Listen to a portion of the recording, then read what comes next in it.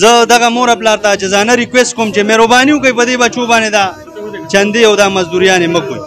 د دوی مستقبل جوړ کړئ، د دوی ښکلی روښانه ژوند جوړ کړئ. څه خلک هم شته چې هغه به راشي اوچت بیږي زما ورک شو بیا وایي حکومت ته درخواست وکړئ. حکومت ته څنګه درخواست وکړئ؟ تاسو په خپله خیال نه شئ کولی.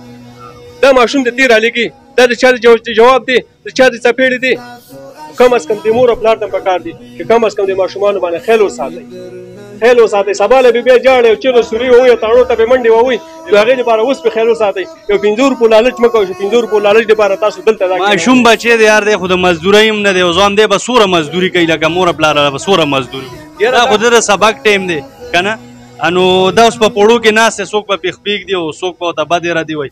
کم از کم وړلي لپاره دوی پکار دا اوس دلته ودرې که نه. دې کې داسې خلک هم شته چې هغه به راشي اوچت بیږي. زما یو ماشوم به چنګی دی، دا ورور وایي چې ته به هم ده چې در نه هېر نشم خوږو ملګرو، زه په دا پورې حاضره کې تا سره څوک شته نور بچی؟ خوږو ملګرو، زه په دا پورې حاضره کې اوسم. محمد مصطفیٰ سب سے آخری نبی، احمد مجتبی سب سے آخری نبی. یو ماشوم به چنګی دی، دا ورور وایي چې ته به هم ده. نو زه وایم دغه مور پلار ته چې دا بچیان دي په دې پوړو کې او د دې خلکو په خپو کې مه کینوئ. دی له تعلیم تربیت ورکوئ، دی مدرسې ته ولېږئ، دی نه هغه عالمان ترې نه جوړ کړئ، قیمتي خلک ترې جوړ کړئ، د خلکو په خپو کې مه کینوئ. دا ماشوم دی، تاسو به وینئ. بچې تا سره څوک شته نور بچې؟ څوک دی درسره؟ ورور دې دی؟ ورور دې کوم ځای؟ هغه ولاړ دی. ته اوسېدګي هغه ځای ولاړ دی؟ د کوم ځای؟ د کوم ځای زویه؟ لنډي سره. لنډي سره بچې؟ باجوړ. زمونږ د باجوړ خلک دی. صحیح ده، تا ته جمله وویل دا زه پېژنم. د دوی ښه وز دس کېږي، داسې نه شي وز داسې نه کېږي. وز داسې کېږي خو مور یې راوړي وایي لاړ شه بازار ته، ته به ماله بیل څه راوړي.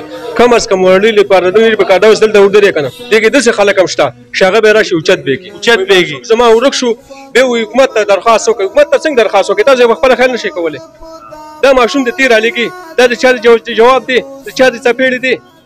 کم از کم د مور او پلار ته پکار دي چې کم از کم د ماشومانو باندې خیال وساتئ. سبا له بیا جاړې او چیرې سوري ووایي تاړو ته به منډې ووایي، د هغې لپاره اوس پې خیال وساتئ. یو 50 روپو لالچ مه کوئ چې 50 روپو لالچ لپاره تاسو دلته ماشوم بچی دی یار دی، خو د مزدورۍ هم نه دی، او ځوان دی به څومره مزدوري کوي لکه مور پلار به څومره مزدوري وکړي. دا خو د سبق ټایم دی که نه.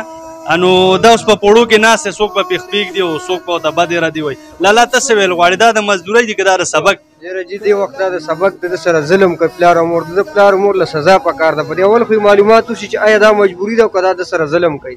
نو د دوست پوره تحقیقات کول غواړي چې دا څه مجبورۍ دلته ناست دی. دا اوس دا غریب د ځان نه دی خبر، په پوړۍ سر لګولی دی.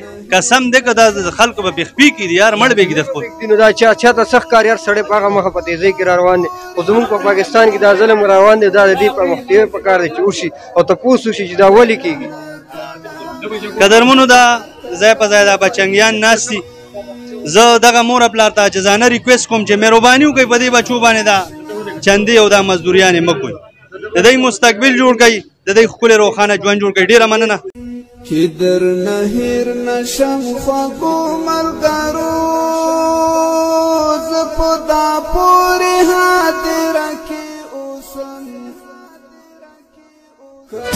محمد مصطفیٰ سب سے آخری نبی، احمد مجتبی سب سے آخری نبی.